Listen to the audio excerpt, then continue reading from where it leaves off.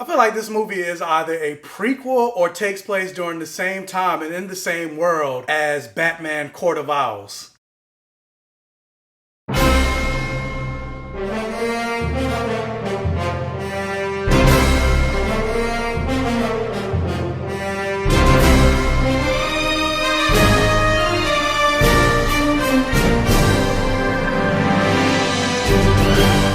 So The Lovebirds is a movie that just came out on Netflix this weekend. It was actually supposed to originally come out in theaters, I believe on April 24th. However, due to this COVID-19 situation and theaters not being open, it was pulled out of theaters and Netflix actually bought the rights to it. It was originally a Paramount film and they released it on their platform. And it's directed by Michael Showalter and it stars Issa Rae and Kamani Nanjiani as Jabran and Leilani. And taken directly from IMDb, on the brink of breaking up, a couple gets unintentionally embroiled in a bizarre murder mystery. As they get closer to clearing up their names and solving the case, they need to figure out how they and their relationship can survive the night. When I saw the trailer for this movie, I was excited to see this movie in theaters because the trailer looked funny. Were the best parts of the movie in the trailer? Was this movie actually worth your time? Well, let's talk. Overall, I would say I had a really enjoyable time watching this movie. I feel like the chemistry between Issa Rae and Kamali Nanjiani, like they had such great chemistry and the relationship between the two of them was pretty much the driving force in this movie, and they were in virtually every single scene in this movie and they were fun to watch. Like if the chemistry between them didn't work, this movie wouldn't work. And I would love to see these two actors in more things because I think they work really great together. And the thing that really caught my eye and the thing that initially got me interested in this movie, aside from when I watched the trailer and curious and also wanting to support this movie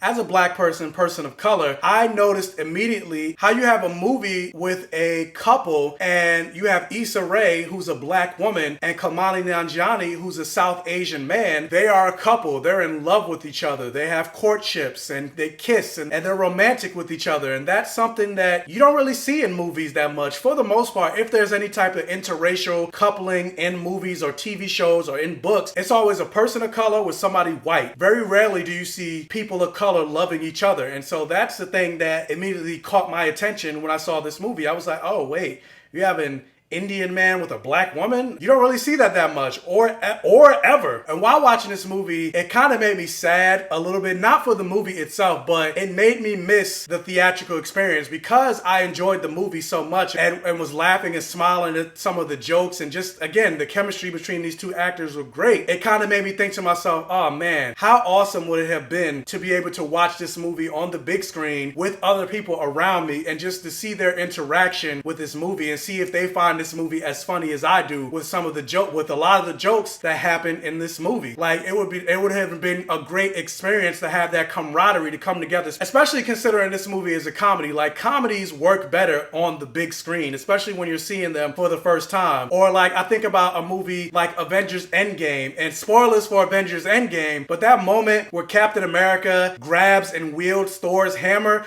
I feel like if I saw that for the first time at like in the comfort of my own home, it wouldn't have hit me or had the same level of impact as it would have in the theater, where like coming together and experiencing how excited I was with the rest of the audience and the level of cheering and screaming that the audience had. Like I kind of wish I would have had that same experience watching this movie, because pretty much I was in the comfort of my own home just laughing by myself. And in many ways, this movie kind of reminded me of another movie that I really enjoyed, Date Night, with Steve Carell and Tina Fey. And the chemistry that Tina Fey and Steve Carell had was great. And it reminded me of that. Like these two actors just had great chemistry. Now with that said though, because this movie is a comedy and there was probably a lot of improv going on with this movie, which is always great, I do kind of feel like there was a lot of moments where the jokes kind of ran a little bit long because like I mentioned, this couple was on the brink of breaking up. And so with that, you have a lot of arguing. And I felt like some of the arguments between the two of them went on a little bit too long. And I was just like, okay, now as much as I'm enjoying these characters, they're starting to get a little little bit annoying, but not to the point that it took away my enjoyment for the movie. I just thought certain arguments between them were starting to run a little bit too long. Now, with that said though, this movie is about 80 something minutes long, which is less than an hour and a half. And in most cases, that's not that long of a runtime, and you kind of feel shortchanged if a movie's less than an hour and a half. But for this movie, I feel like that was a perfect runtime. Like, this movie told you everything that you needed to know and executed the storyline pretty perfectly. I felt like it would have been actually a disservice to the movie if the movie was longer. So yeah, it was a perfect runtime. But yeah, overall, I enjoyed the movie. I'm glad I finally got to see it. I just wish I was able to get to see it in the big screen because, again, at least for me, there's nothing like a movie theater experience. And yeah, so I would definitely recommend that you watch The LoveBirds. And for me, I would say The LoveBirds